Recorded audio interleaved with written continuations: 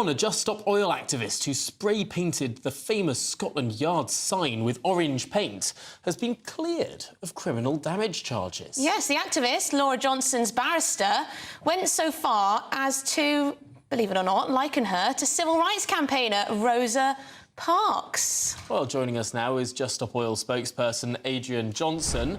And Adrian, do you see yourself as a civil rights activist? Thank you so much for having me on, Tom and Emily, to speak to you and your viewers about this really important story.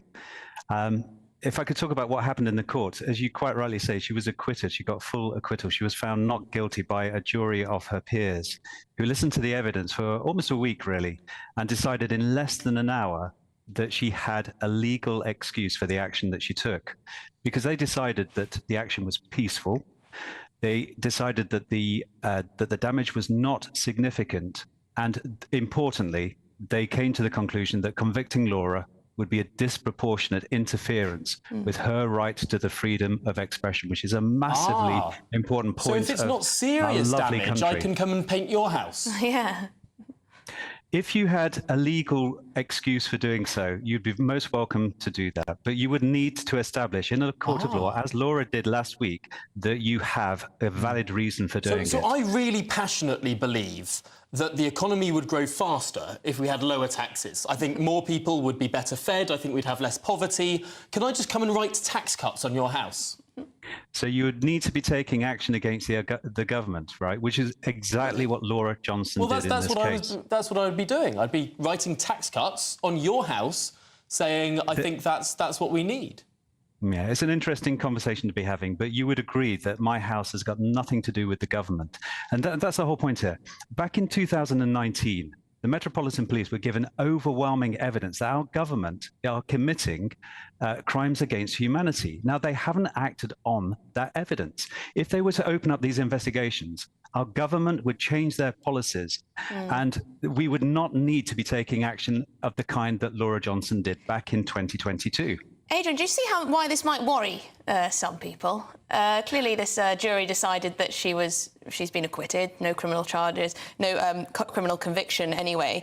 But if everyone just did this because of the cause that they felt passionate about, we'd live in quite a dangerous place. I mean, if someone put orange paint all over my workplace, I'd probably feel, at the very least, intimidated. And surely this is criminal damage. I mean, we can't just all go around spraying orange paint. It seems ludicrous to me, rather entitled. Yeah, I fully understand. That's a really good point. And I would reassure your viewers, and yourselves for that matter, that they have no need to worry because we live in a country that has fantastic laws and legal protection.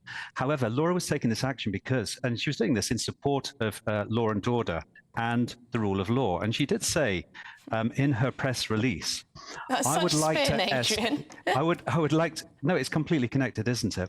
I would like to ask the Met Police, who are they there to serve and protect?